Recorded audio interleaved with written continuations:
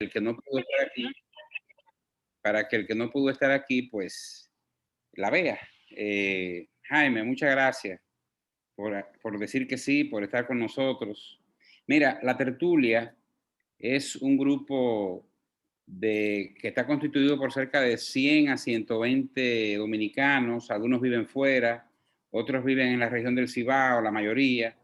Y aquí hay médicos, psicólogos, artistas, pintores, de todo tipo, gente ligada al arte, a la cultura, a la tecnología, y siempre invitamos personalidades importantes del país para uno aprender, para que escuchar a esas personas que han tenido experiencia, y nos honra tu presencia. Tú has tenido muchas funciones en los últimos 30 años, desde que fuiste senador en Salcedo, que yo tuve la oportunidad de participar de esos proyectos de salud mental, y la invitación de hoy es para hablar de todas esas cosas, la experiencia tuya como senador, como ministro de Medio Ambiente, como ministro de Deportes, y hablar del psiquiatra, ¿verdad? Hablar del ser humano. Gracias por estar aquí, y lo primero que queremos que nos diga es cómo tú ves la evolución de nuestro país. Tú llegaste en la década del 90 de Italia, recién graduado de psiquiatra, ¿verdad? Si no mal recuerdo. Sí, no, en el 86. Exacto. Entonces, te dejo el micrófono abierto para que tú nos hables de toda tu experiencia desde el 86 hasta esta parte, que son 35 años. Bueno, gracias, Bruno. Gracias por permitirme compartir con ustedes ideas.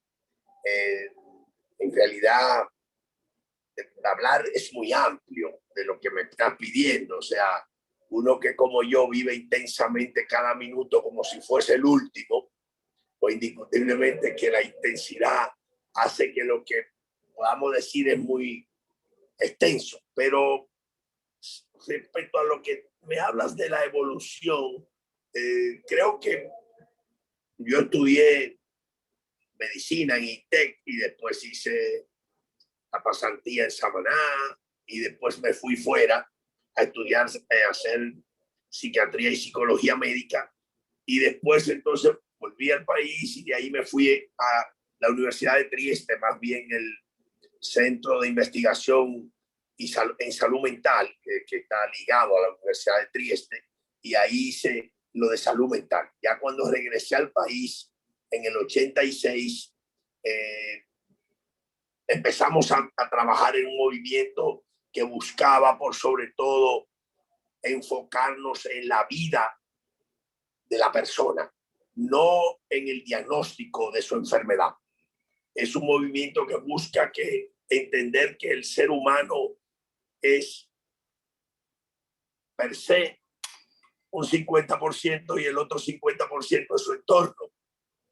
Y por tanto trabajamos mucho en la corriente de salud mental orientada hacia el entorno, porque normalmente cuando las personas vienen, los usuarios, a usar nuestro servicio, pues lógicamente uno se enfoca en el curso del pensamiento, el contenido del pensamiento, la sintomatología que expresa, la sensación que tiene, si se siente bien o no se siente bien, pero normalmente no buscamos los orígenes, no conocemos con quién vive, cómo son las personas con las que vive, cuál es el ambiente con el que vive, cuáles son las condiciones en las que vive, y a veces nos enfocamos mucho en buscar un diagnóstico y darle un tratamiento al diagnóstico y nos olvidamos un poco de la persona. Por eso, desde que llegué aquí, en esos años, nos dedicamos a crear una unidad de salud mental comunitaria para trabajar, digamos, con el entorno de la persona, con la comunidad, con la familia, lógicamente sin jamás olvidar a la persona. Y de ahí empezamos a trabajar y fue donde tú pudiste ver, o sea, el trabajo de cuando una persona se acercaba a nosotros presentando una determinada conducta, pues también aprovechábamos para ir a a visitar, la visita domiciliaria, a conocer todo su entorno, porque de alguna manera eso nos ayuda mucho a poder, digamos, abordar a la persona en una visión más integral. Y ese es nuestro enfoque del trabajo como especialista en salud mental. Para hacer una introducción. Sí, en ese contexto, tú estás en contra o estás a favor no del hospital psiquiátrico, sino de que el paciente, lo que era la época de la antipsiquiatría. Bueno, no ese era el concepto. El concepto es que un caso de salud mental hay que tratarlo en una unidad de salud mental en el hospital general, como se trata en la unidad de urología o la unidad de neurología o la unidad de pediatría, en el caso pediátrico, o lo que se trata en la unidad de gastroenterología. Lo que siempre estuvimos en desacuerdo es en un hospital psiquiátrico, porque la sociedad tiende a ser negacionista de lo que son sus propios problemas. Y aquí al que sufre enfermedades mentales lo mandaban a un manicomio, a un hospital psiquiátrico, y eso generaba un estigma. No es lo mismo decir que yo estuve interno en salud mental con una crisis de cualquier tipo de agitación psicomotriz y ya diagnosticada como una psicosis o una neurosis o lo que fuese, en el hospital Cabral Ibáez, en la unidad de salud mental, que decir que yo fui llevado al 28 al hospital psiquiátrico, porque te generaba un estigma muy dañino. De ahí en adelante tú difícilmente consigues un trabajo, aunque hayas superado la crisis. Entonces nuestro movimiento iba más en torno a hacer salud mental en el entorno y también desde el hospital general. Correcto, sí. Luego entonces vino tu paso por la política.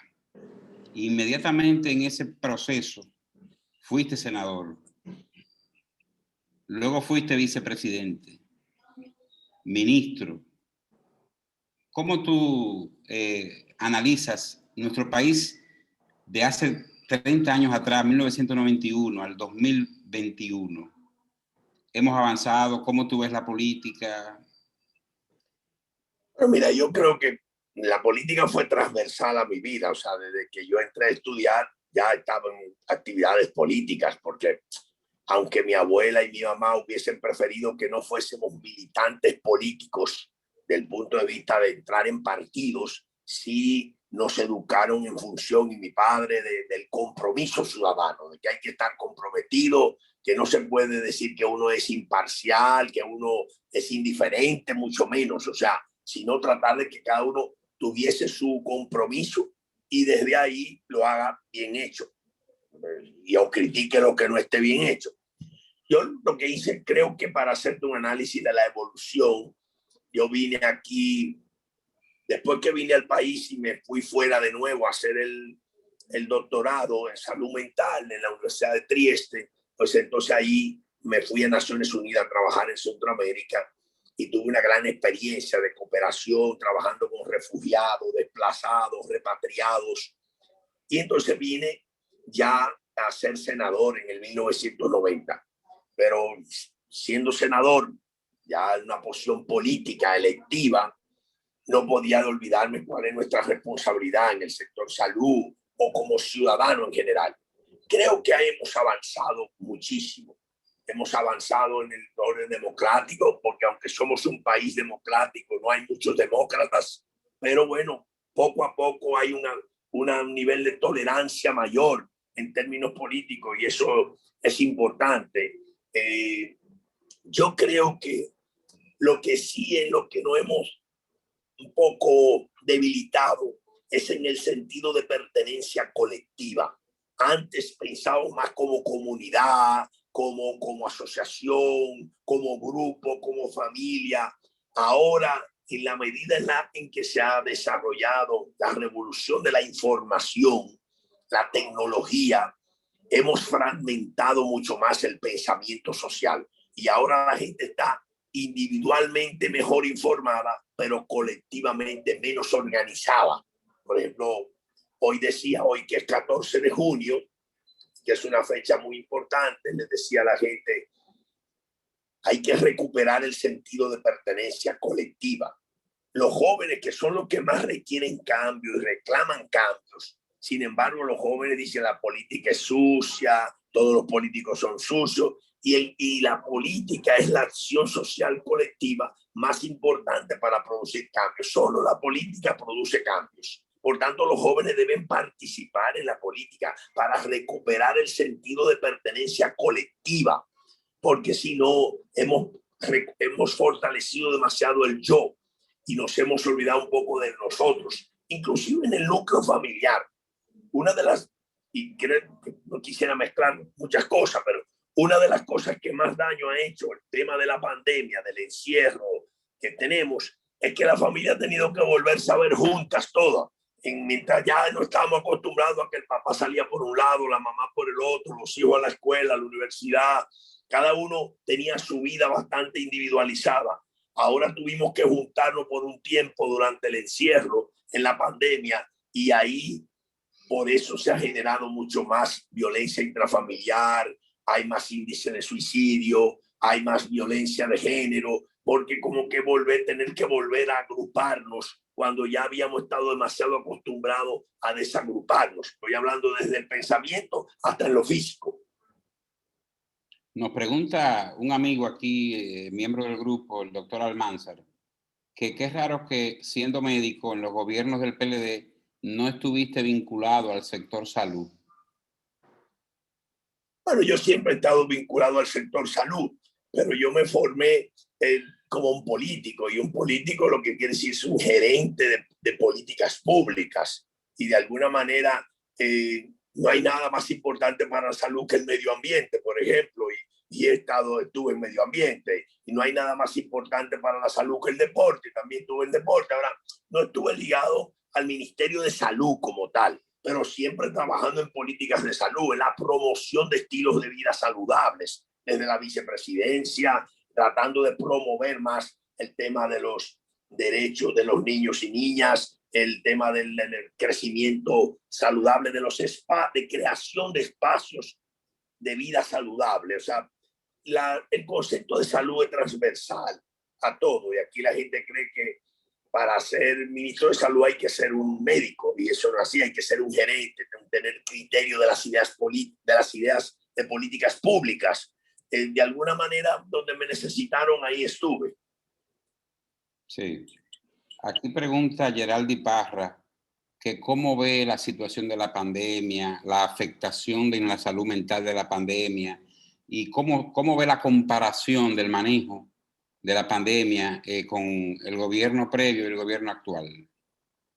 Bueno, dos cosas. Lo primero es la pandemia, que es una crisis de salud, es una emergencia de salud, es una situación que no había vivido nadie de nuestra generación ni de ninguna generación de la existente hasta hoy, porque hace más de 100 años que fue la gripe española. O sea, una pandemia como la actual, y en la época tan informado como estamos, mucho menos.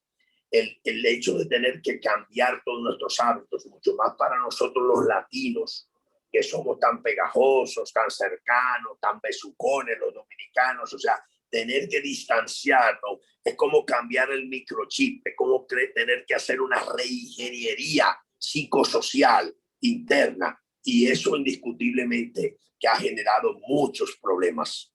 Yo creo que desde el primer día hemos inventado muchísimo tratando de buscar soluciones. Dichosos son los que se salvaron al principio, porque era inventando, era buscando cualquier medicamento, no se conocía, por ejemplo, para hablar del tratamiento, pero para hablar de la conducta. Al principio parecía normal que nos aislaran.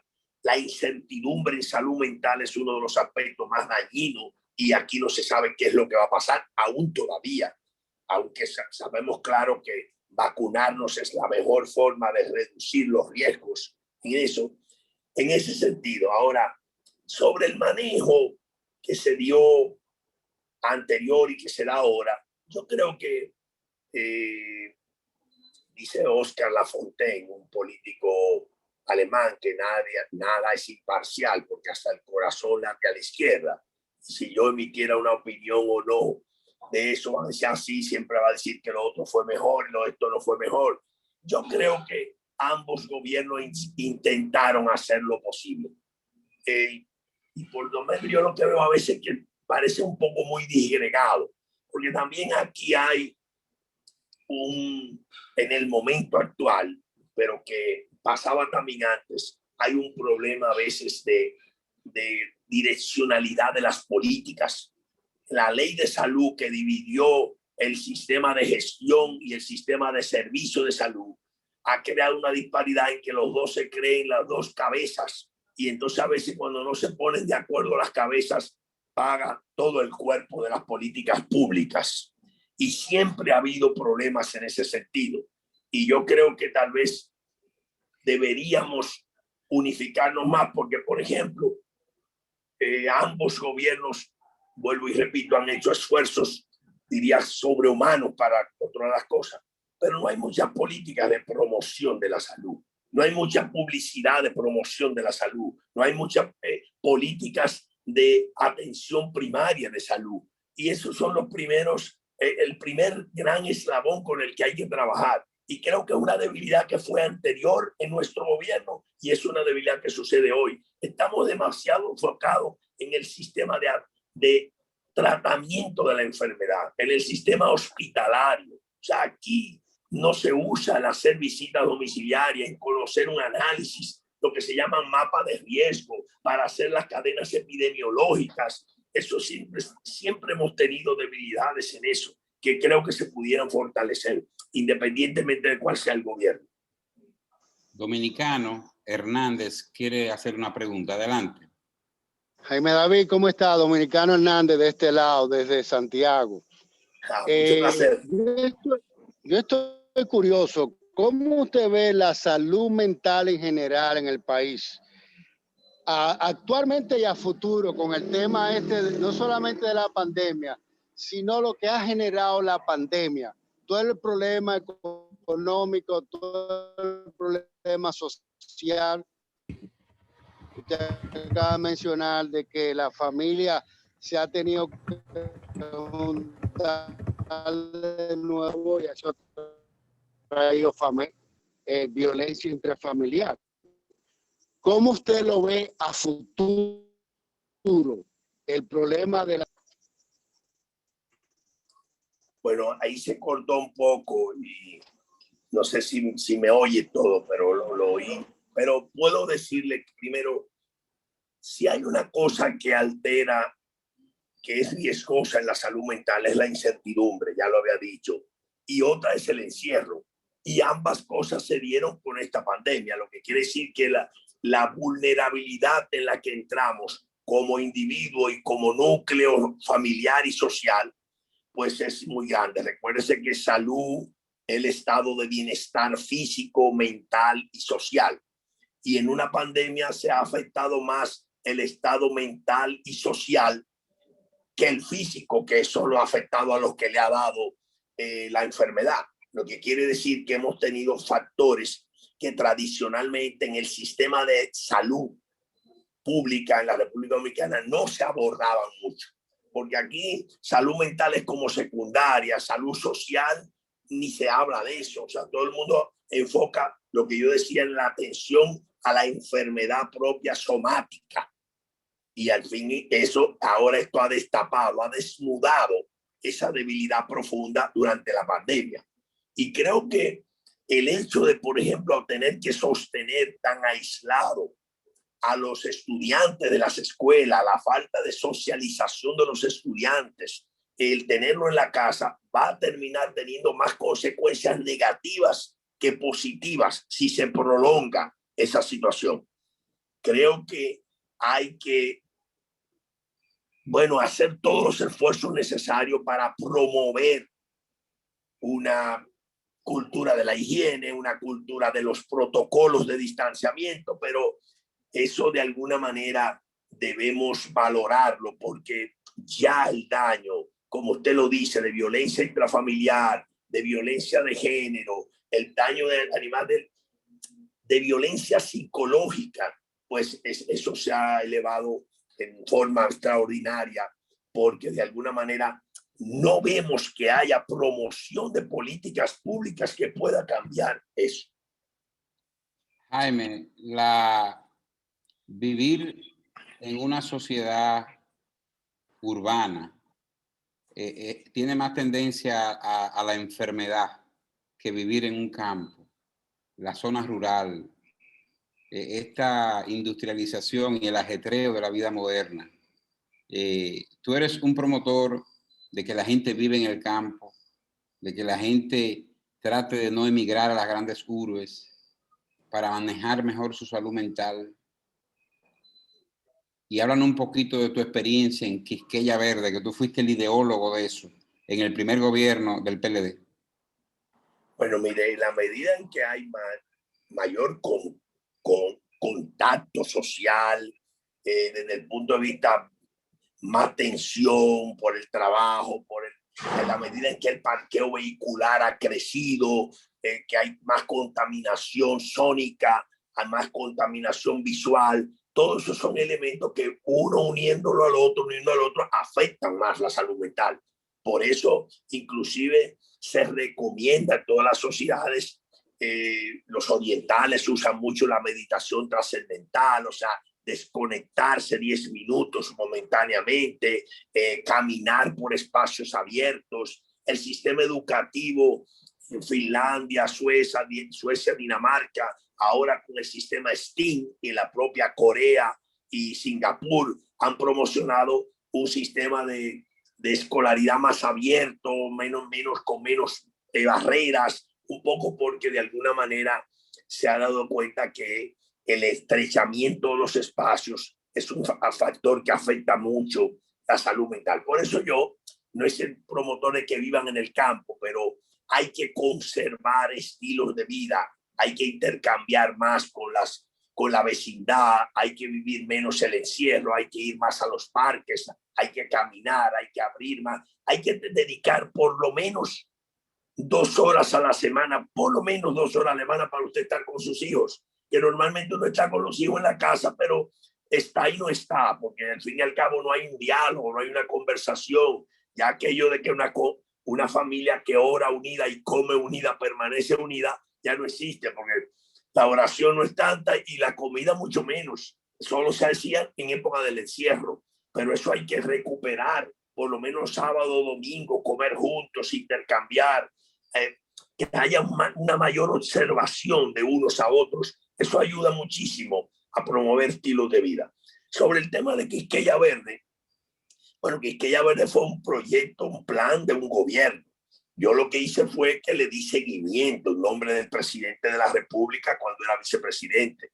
Era tratar de todas esas tierras baldías, reforestarlas. Cuando no se hablaba mucho de cambio climático, cuando no se hablaba de que son los árboles el mejor instrumento y mucho más para nosotros los países pequeños de, digamos, equilibrar la huella de carbono, de compensar. O sea, si usted va a cualquier lugar, por ejemplo, cuando yo era ministro de deporte, la gente decía, ¿y qué hace un ministro sembrando tantos árboles? Porque el oxígeno, quien más requiere un oxígeno, un aire puro, son los atletas, porque su consumo de oxígeno es mucho mayor por el activismo. Sin embargo, el Centro Olímpico, por ejemplo, quedaba en medio de una de las 4 avenidas de mayor circulación vehicular. Pues ahí sembramos unas barreras verdes en todo el Centro Olímpico para que esos árboles absorban todo el monóxido de carbono. Y lo de Quisqueya Verde fue cómo reforestar también todas esas montañas que estaban baldías. Por eso la República Dominicana es uno de los países que está positivamente considerado que ha recuperado mucha cobertura forestal. Hay un miembro de la tertulia que trabajó en medio ambiente y que tú lo conoces, que es Pedro Taveras, hijo de Medea y de Silvestre Taveras. No sé si te acuerdas. Claro. Él Es una persona muy dedicada, muy dedicada. Sí, él está aquí, pero le estoy abriendo el micrófono. Hay mucha gente que tú conoces que está aquí. Por ejemplo, aquí está Benjamín García, que le estoy abriendo el micrófono. Pedro, ya te abrí. Adelante, Pedro. Bueno,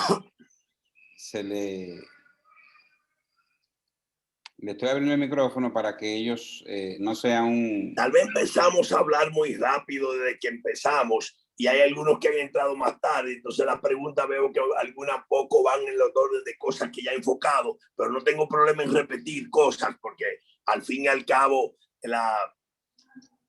creo que en eso de repetir las ideas es parte del ejercicio de la publicidad. Solo se le quedan a uno las cosas cuando uno las escucha muchas veces. Cuando decíamos una mala palabra que la profesora nos ponía a escribirlo 10 veces, no puedo decir malas palabras, lo aprendíamos más. Sí. Sí, tú estás participando mucho de Salcedo, del pueblo de Salcedo, Jodiagua. Visitas mucho esa zona, ¿verdad? Sí, siempre, porque lo que pasa es, bueno, ahí yo nací, esas son las raíces. Yo vengo de lo social a lo político, o sea, los temas sociales, de preocupaciones, de la situación escolar, de la situación medioambiental, de la situación deportiva, de la organización social, siempre han sido preocupaciones independientemente de la militancia política. Entonces, en la provincia de Hermana Mirabal, lógicamente, y en Salcedo, Ojo de Agua específicamente, están las propiedades de mi familia, está la gente que envió nacer a uno. Yo me mantengo muy ligado. Yo trabajo, ahora soy presidente de la Asociación para el Desarrollo de la provincia de Hermanas Mirabal. Trabajo mucho en el tema de los derechos de las personas privadas de libertad. Trabajo mucho en el tema de la violencia de género, las víctimas de violencia de género. Trabajo mucho también el tema de la política de inclusión para los estudiantes con necesidades específicas de apoyo educativo. Trabajo mucho también en el tema de juventud, de las políticas de juventud, el tema de las áreas verdes, que los ayuntamientos no quieren recuperarlas y hay que recuperarlas porque son los que pueden mejorar la calidad de vida de la gente, que haya espacios verdes donde moverse. Todo ese tipo de cosas le doy seguimiento en la provincia de Hermana Mirabal. Sí, hay una persona muy importante que es un ecologista, excursionista de nuestro grupo que se llama Juan Manuel Comprés. Le estoy abriendo el micrófono para que exprese unas opiniones que me está enviando aquí para que la diga pública. Juani, te estoy abriendo el micrófono. Parece que... Adelante, Juan. Sí, buenas noches. No sé si me escucha. Sí, sí. Sí, lo escucho, lo escucho. Buenas noches, distinguidísimo señor Jaime David. Estuve haciendo un recorrido por Colepato y conocí ahí a un ingeniero forestal y le abundé acerca de las cuencas hidrográficas de la República Dominicana. Y estuvimos hablando de los diferentes ministros porque me gustó indagar con relación al desempeño de la función de cada uno de ustedes en ese cargo. Y me dice una nota muy curiosa que usted fue uno de los ministros que más aportó con relación a la reforestación del país, que hizo incluso una reforestación de casi el doble de lo que han hecho los otros ministros de medio ambiente. Entonces, yo quiero saber actualmente cómo va la flora y la forestación en el país con los actuales las actuales autoridades de medio ambiente en República Dominicana, porque es un poco bastante preocupante, porque ahora sabemos que se ha restablecido bastante lo que es la naturaleza por el tema de la pandemia y también las lluvias que se han precipitado con frecuencia. Pero me gustaría que usted me explicara con relación a esa situación de cómo estamos en este momento. Muchas gracias. Antes de que tú respondas, Jaime. Hay que recordar que... ¿Me oyes? Sí. Antes que responda, sabemos la pregunta de él. Pedro abrió el micrófono. Pedro Taveras. Bien, escúchame, que estuve escuchándolo muy interrumpido en parte para saludar a don Jaime, ¿no? Y a todos los miembros de la tertulia. Y de los que están hablando del tema, bueno, nos iniciamos con él hace 25 años, el 16 de junio. Vamos a cumplir 24 años que llegamos y nos juntamos ahí. y podemos dar testimonio de toda la geografía nacional. Está muy intervenida a partir de lo que nosotros llamamos el Plan Nacional de Reforestación. Pronto vamos a cumplir 100 años de haber iniciado reforestación sistemática por los gobiernos, 1930 a 33, y nunca se había hecho lo que se hizo a partir del 97, por una serie de metodologías que son únicas en el continente. De eso hay que hablar mucho y quiero dejar que Bruno siga conduciendo y me mantengo por acá a la escucha. Así es que un abrazo a todos. Excelente. Bueno, sí. Yo te quería a Comprés para plantearle, gracias Pedro, y me alegro de que participe de esta tertulia. Cuando se elaboró el mapa de pobreza de la República Dominicana, se determinó que los más pobres de los pobres viven en las cuencas hidrográficas. Quiere decir, en las cuencas, cuando usted coge un pobre por el nivel de ingreso que está en la cuenca de Yuna o la cuenca de Yaque o en la cuenca de Yásica o en la cuenca de cualquiera de nuestros ríos, usted lo compara con un pobre que vive en una área marginal en la ciudad. Resulta que los dos tienen nivel de ingreso bajo, pero el otro tiene la escuela lejos, el hospital lejos, todos los servicios, la electricidad lejos, todos los servicios básicos lejos, que el de la ciudad lo tiene cerca, aunque sean económicamente los dos. Lo que quiere decir que los más pobres de los pobres están en las cuencas. Por tanto, una de las políticas que se propuso cuando Quisqueya Verde era llegar a esos pobres, ponerlo a ganar dinero, reforestando las tierras de su vecindad, y al mismo tiempo estábamos recuperando las cuencas hidrográficas. Otro aspecto es que normalmente el uso que se da del agua para energía eléctrica, para producción agropecuaria y principalmente para agua potable, o sea, los tres usos principales, agua potable en importancia, producción agropecuaria en la segunda y producción de energía eléctrica en la tercera, todos producen dinero. Todos producen dinero, pero ese dinero no regresa a las cuencas hidrográficas. Entonces a los campesinos les pedimos sacrificio para que cuiden los árboles, pero no le mandamos recursos de lo que se produce de ese manejo del agua. Por eso el concepto de pago por servicios ambientales debería ser una ley más fuerte, debería ser un cumplimiento mayor. El dinero INAPA, la CAS, el Corazán, las EGI, no es hacer una pequeña reforestación, no, es mandar mucho del dinero que se hace para reforestar a través del Ministerio de Medio Ambiente y Recursos Naturales, que es la institución. Yo creo que esa debe ser una línea de acción, y eso es lo que nos enfocamos. No creo que fuera una actitud personal mía, era una política de unos gobiernos. Nuestros gobiernos trataron de hacer eso independientemente, y creo que también el presidente Hipólito lo continuó. Yo creo que ahora lo que hay que hacer es continuar esa política de, digamos, transferir recursos en reforestación hacia las cuencas hidrográficas. Jaime, tú tienes muy buenas relaciones con todos los políticos, independientemente del partido que vengan, con todos. Y quizás influye en eso, que nunca tocas asuntos personales, ni ellos a ti ni tú a ellos. Respetan esa parte, ¿verdad? Bueno, esa es la cultura con la que nos educaron. Usted dice lo que piensa y lo sabe, y si usa la forma correcta, el otro puede entender. Es una cultura democrática, que eso es lo que debemos aprender entre todos. Y de alguna manera, en política cambia a veces, pero las cosas que se pudieran hacer en conjunto, yo creo que siempre se puede hacer independientemente del color. Chiqui Liriano, el doctor Liriano, tiene la palabra. Sí, muchísimas gracias. Realmente un privilegio. Prendan su cámara, que después el doctor Jaime David no lo va a conocer si lo ve. Hablando en incógnito.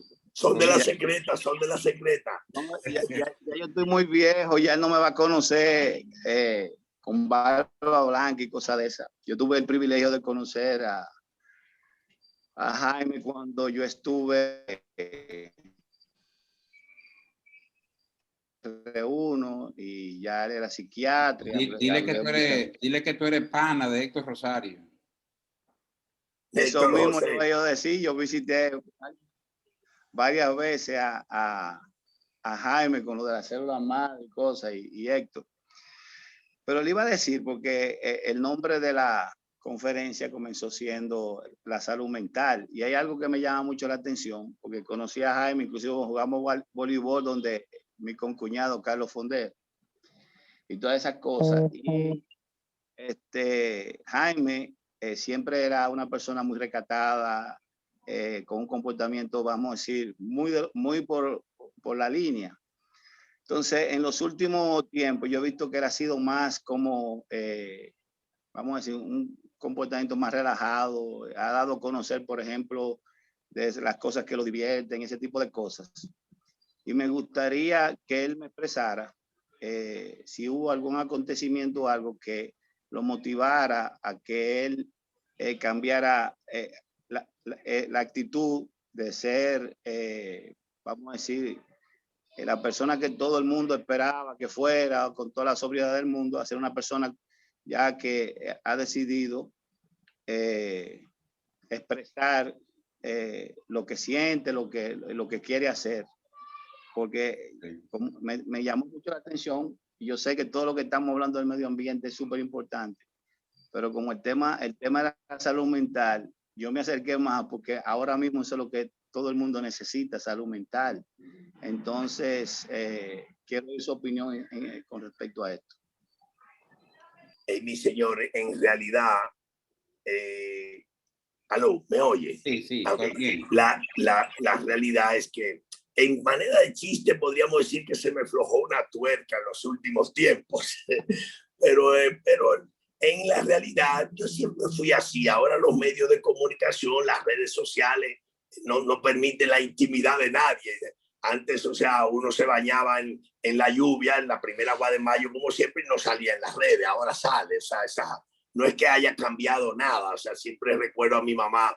A mí me gustaba raspar la paila cuando hierve la leche en la finca, y mi mamá decía, mi hijo, y tú raspando paila a esa edad. Yo dije, bueno, mamá, eso es lo que yo he hecho toda la vida y no es el problema, la naturaleza. Creo que la sobriedad, la conducta, digamos, los protocolos no se alteran con que tú seas auténtico. Yo lo que sí puedo decir que a veces en el mundo de lo anormal, lo normal es anormal, porque en un mundo donde la gente aparenta mucho, el que no quiere aparentar parece un anormal. Yo creo que en realidad es un relax, es una manera de expresión de la naturaleza humana y siempre ha sido así, mi señor. O sea, y creo que les exhorto a todos ustedes a ser auténticos, siempre que no sea haciéndolo mal hecho, siempre que no ofenda a nadie, siempre que sea en una actitud no burlesca, sino todo lo contrario, inclusiva, incluyente, abierta, y que pueda volver esas raíces, porque al fin y al cabo ya no puedo mostrarme subiendo una matecoco como lo hacía antes, porque ya los años no me permiten subirme a una matecoco, pero cuánto que me encantaba antes. Si me subiera ahora, dicen que ya perdí los tornillos. Hay una pregunta interesante aquí de ¿qué opinas del intento de desvío del río Masacre en Haití? Bueno, realmente el concepto de desvío no es sacar de un canal de agua. Hay un tratado en el 1929 que dice que cuando uno de los dos países en el tema de aguas transnacionales, aguas limítrofes, va a hacer algo, tiene que comunicarse con el otro gobierno. Eso pasa en todos los países del mundo. Pues es un tema que lo tienen entre Etiopía, Sudán, con el Egipto, el Nilo. Egipto sin el Nilo no es nada, pero los otros son que producen el agua. O sea, es un tema, no es que lo están desviando, están queriendo sacar un canal, que nosotros también tenemos canales que le aprovechamos el agua. Entonces, al fin y al cabo, lo que hay que sentarse en una mesa de negociación. Y si el gobierno haitiano persiste en querer hacerlo de manera atento a mí, como se dice, bueno, pues hay que acudir a los organismos internacionales que pueden mediar en esa situación de conflictos, de incumplimiento de tratados internacionales. Creo que el tema, lo que pasa es que aquí hay demasiada gente que la xenofobia le sale y el antihaitianismo de una vez lo lleva a expresar un nacionalismo como demasiado, a veces irracional, porque de alguna manera eso es lo que hay que sentarse a discutir ese tema y sentarse a discutir con los tratados en las manos, nada más. Y para que llegar, pero ambos tienen derecho a usar el agua. Benjamín García. Gracias, Bruno. Buenas noches al doctor Jaime David, con mucho respeto. El otro día lo escuché en una entrevista hablar de la atomización de sectores que pretenden insistir en que la política es sucia, la política es, todos los políticos son corruptos. Y ¿cómo usted visualiza el futuro? Ya yo le oigo hablar de la idea de que la juventud se congregue, de que estamos muy dados al yo antes que a la colectividad. Y evidentemente se nota ahora que hay muchos jóvenes de esos que fueron en aquella famosa manifestación de la Plaza de la Bandera, que están todos, o muchos de ellos, de los que más se vieron, empleados en el Estado, lo que quiere decir que también mucha gente tiene la intención de hacer eso, de reclamar desde la oposición para que de alguna manera poder llegar al Estado. Pero hay una preocupación real por parte de muchos sectores, sobre todo gente que trabaja con la colectividad, de que se insiste en atomizar el sector político, los políticos, y que cualquiera puede tomar el poder. ¿Corre la República Dominicana el riesgo de que ante un fraccionamiento de los partidos políticos, ya la gente sin creer en nadie, en ninguno, pueda llegar un Mesías que entonces afecte nuestra democracia? Bueno, mira, hay mucha tela donde cortar en el tema. Ahora, la política es la acción social colectiva más importante para producir cambios. Solo desde la política se puede producir cambios. El que no quiere que nada cambie se dedica a desacreditar a la política. La política es sucia, los políticos son sucios porque él no quiere que nada cambie. Pero si hay un sector social que le preocupa el deseo de cambiar, porque como dice José Ingenieros, son la levadura de la tierra, eso es la juventud. Por tanto, una juventud organizada tiene posibilidad de cambiar y hay que organizarse alrededor de la política. Porque, por ejemplo, ahora hasta los niños tienen buen conocimiento del cambio climático y del medio ambiente, porque en las escuelas se habla de eso, pero no hay organizaciones ecologistas, no hay organizaciones ambientalistas que se estén fortaleciendo para hacer que los gobiernos apliquen esas políticas públicas ambientales. Quiere decir que el riesgo que tenemos de seguir queriendo destruir a los partidos políticos, que fue una corriente del pensamiento neoliberal que influyó muchísimo en Perú, le trajo a Fujimori, en Brasil a Collor de Mello, y en Ecuador a Yamil Maguá, y en Venezuela trajo, eso atomizó a los partidos políticos. Por eso es la razón que yo defiendo la existencia de los partidos, que es lo menos malo en el sistema democrático. No quiere decir que es lo bueno, tal vez.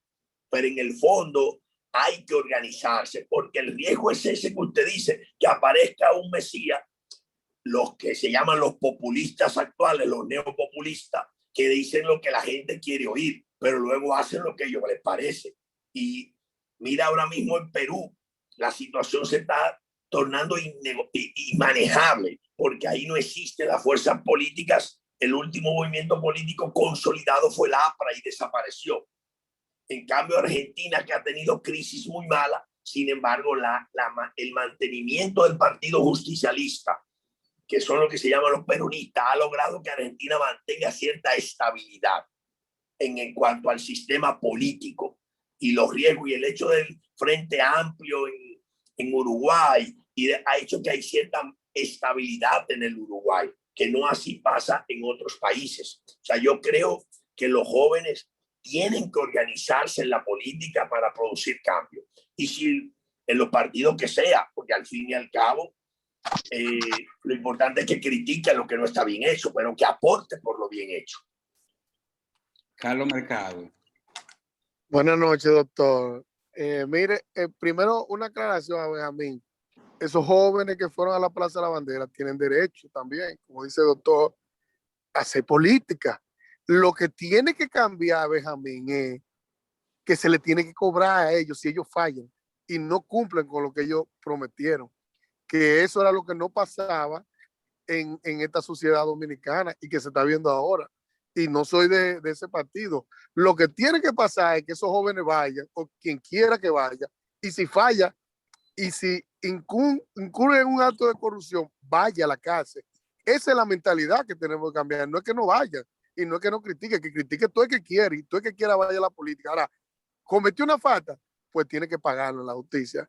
Jaime, el momento tuyo del 2002, yo sé que estamos en un tema ecológico, pero el momento tuyo de 2002, ¿qué tú crees que pasó ahí? Se ha cuestionado mucho eso, de 2002, que no te apoyó el partido, que no te... ¿Qué pasó ahí en ese momento, Jaime? Mira, en realidad, esa es una de las grandes debilidades del mundo hoy, la individualización de la política.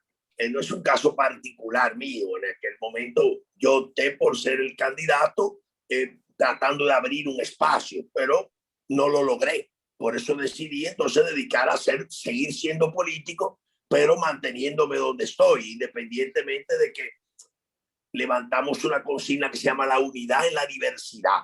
Quiere decir, sabemos que estamos todos juntos, pero no somos iguales, porque ya lo decía mi abuela, estamos luchando por la igualdad, pero hasta ahora todos no somos iguales. Lo que no iba a hacer era irme para fragmentar más el Partido de la Liberación Dominicana, porque vuelvo y te digo, bueno y malo hay en todas partes. Y creo que usted tiene razón cuando dice que los jóvenes deben participar en cualquiera, en ningún momento tiene que ser en uno u otro, pero sí participar. A mí me educaron con que debemos ser comprometidos con una causa. En ese momento viví del pasado.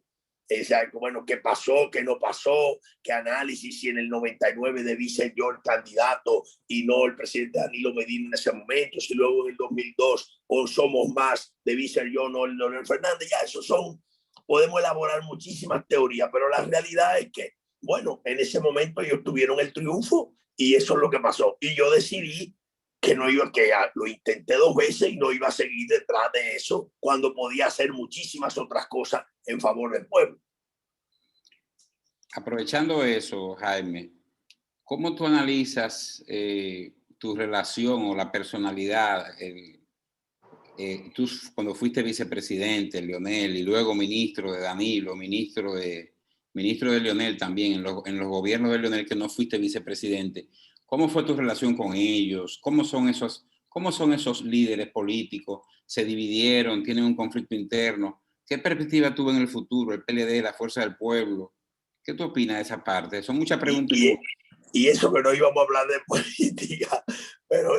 la puedes responder si quieres. Sí. Mira, el partido de la Liberación Dominicana, que yo recuerdo antes siempre se decía, no, el PLD es un partido bueno, un partido organizado, pero Juan Bosch no es bueno, hay que cuidarse de Juan Bosch, o sea, Juan Bosch es malo, Juan Bosch se vende, decían, o sea, el PLD era bueno y Juan Bosch era malo. Ahora después pasó a que don Juan es bueno y el PLD es malo. Eso para usted vea cómo gira la política.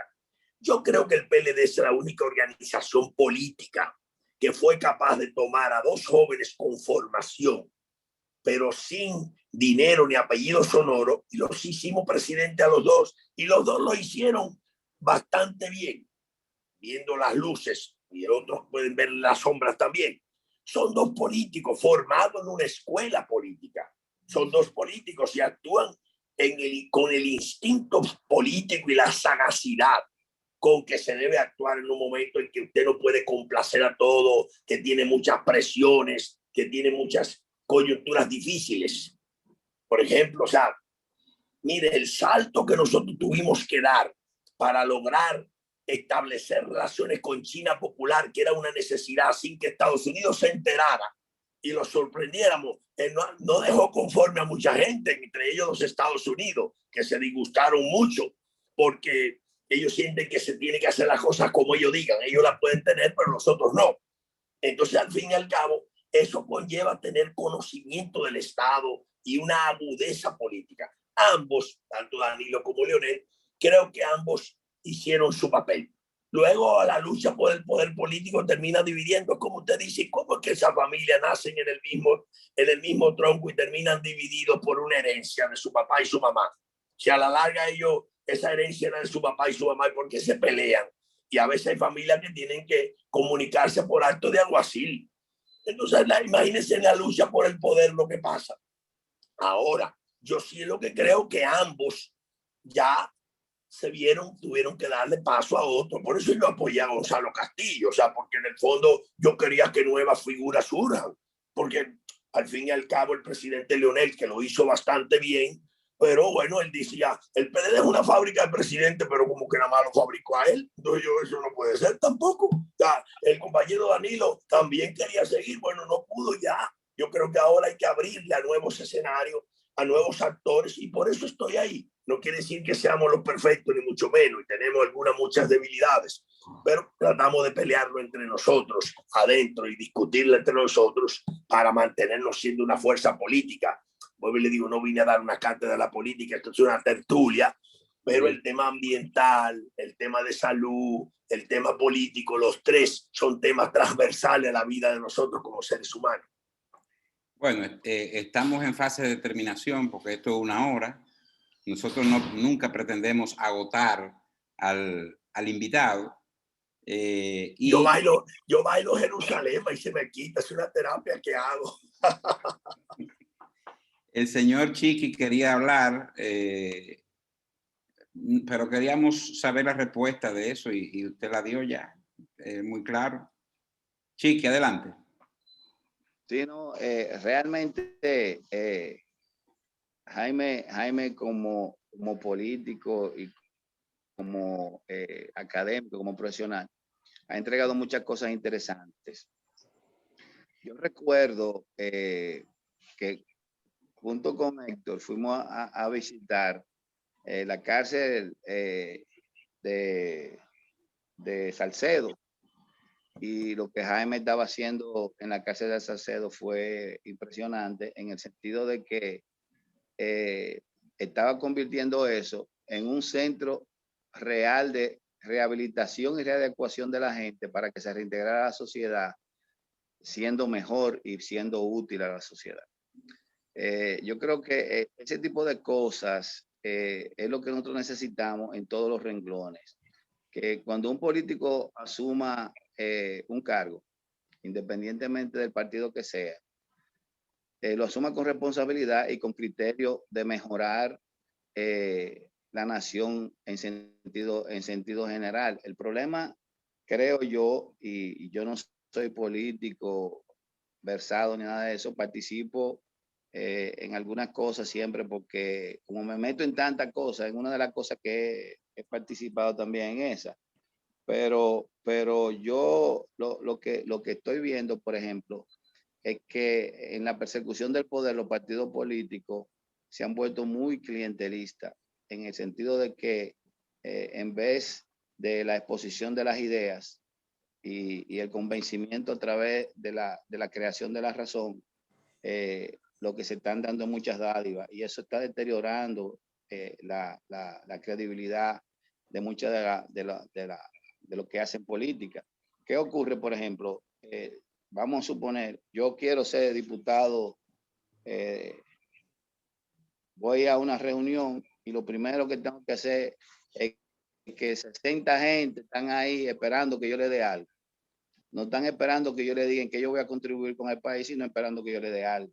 O sea, ¿cómo nosotros podemos resolver eso, Jaime? No quiero decir como que tú hablas sobre un partido particular, nada de eso, sino cómo nosotros como sociedad, tú como político ya versado, nosotros pudiéramos hacer un esfuerzo, qué estrategia tratar para que retomemos ese amor que antes se tenía por que queríamos hacer algo correcto, contribuir con la sociedad, que nos metíamos en los clubes de los barrios y queríamos hacer algo. Entonces, ya eso no se ve. Por ejemplo, yo participo en el baloncesto, como tú sabes, y yo soy del CUPE de los Pepines. Y yo recuerdo cuando estábamos muchachos que allá se hacían fiestas, se daba conocimiento de lo que era la patria, los deberes cívicos de la gente, etcétera. Y nada de eso existe ya. O sea, poco a poco ese tipo de cosas ha ido desapareciendo y quisiera que tú, como dijo Bruno, muchas cosas al mismo tiempo. Lo que pasa es que no tenemos la oportunidad de hablar con una gente como tú siempre y uno se le agolpan las ideas y quisiera exprimir el conocimiento que tú tienes y la experiencia. Mira, en realidad, Chiqui, hay que recuperar el poder de las ideas. Estos días nosotros hemos abierto en Salcedo un museo escuela del doctor Manuel Tejada Florentino para tratar de hacer una escuela de ciudadanía. Quiere decir, frente a la debilidad en el sistema de formación cívica, ya no se da moral cívica urbanismo en las escuelas, o sea, no se orienta hacia la organización con sentido cívico para lograr búsqueda de soluciones. Y de alguna manera esa debilidad. Al mismo tiempo, la otra debilidad es la de que el populismo se ha ido siendo cada vez más importante y el populismo dice lo que la gente quiere oír. Y realmente el liderazgo no es ese. El liderazgo es el que construye una idea y sale a convencer a los demás de que esa idea es posible. Entonces, pero le es más fácil al dirigente que no tiene que construir ideas, sino en base a promesas, a decirte, no, cuando yo llegue haré todo esto. Eso también ha debilitado, porque esa es una política del neoliberalismo a nivel mundial, la de destruir los sindicatos, destruir los partidos políticos, no importa si de derecha o de izquierda, como pasó en Francia, que ahora mismo no hay partidos políticos, y lógicamente eso debilita el Estado en sí. El Estado, las estructuras son debilitadas porque te llega un presidente, otro presidente, pero a la larga son muy frágiles en cuanto a las establecimiento de políticas públicas. Yo creo que de alguna manera tenemos que hacer como sociedad una crítica y entender que la fragmentación hacia el individualismo es lo que salva ese quien pueda. O sea, el partido mayoritario es el LMP, lo mío primero. Indiscutiblemente eso es, digamos, mientras tanto hay otra campaña, destruir a los otros partidos, que no es que son santos, ni nada, pero son la único posible de producir cambio organizado. Lo otro es que, por ejemplo, yo pienso que el presidente Abinader tiene muy buenas intenciones, pero yo siento que cada funcionario es una islita particular. O sea, ahí cada uno piensa diferente. Yo a veces digo, y bueno, tienen derecho a disentir de mí, pero yo digo que se parece a la Filipinas, que tiene 7.107 islas, porque es que como que cada uno está pensando diferente, porque el PRM es una agrupación política que surgió por una necesidad en un momento en que la gente quería salir de nosotros, pero no es un partido político con estructura. Usted no ve reunirse en las direcciones provinciales, municipales, como se están reuniendo las del PLD, porque son dos cosas diferentes. No quiere decir que uno es más bueno que otro, no voy a hablar de eso, sino en cuanto a la estructura organizativa. Hay que recuperar lo que yo decía, el poder de las ideas y el sentido de pertenencia colectiva. Somos parte de una sociedad, no somos yo que me voy a morir yo y luego nadie se va a recordar. Jaime, para terminar, aquí tenemos una persona que le estoy abriendo el micrófono que se llama Juan Luis Guzmán. Juan Luis Guzmán abre el micrófono. Él es un abogado reconocido de la ciudad de Moca y trabajó con el Tribunal de Tierras. Pero él tiene una particularidad que él sabe imitar tu voz y habla igualito a ti, pero parece que se asustó y se escondió, no quiere abrir el micrófono. Bueno, él tiene habilidades para imitar la voz tuya. Tú eres el único político que tiene ese tono de voz. ¿Qué oye ahora? Ahora sí, mírelo ahí. Ese es Juan Luis.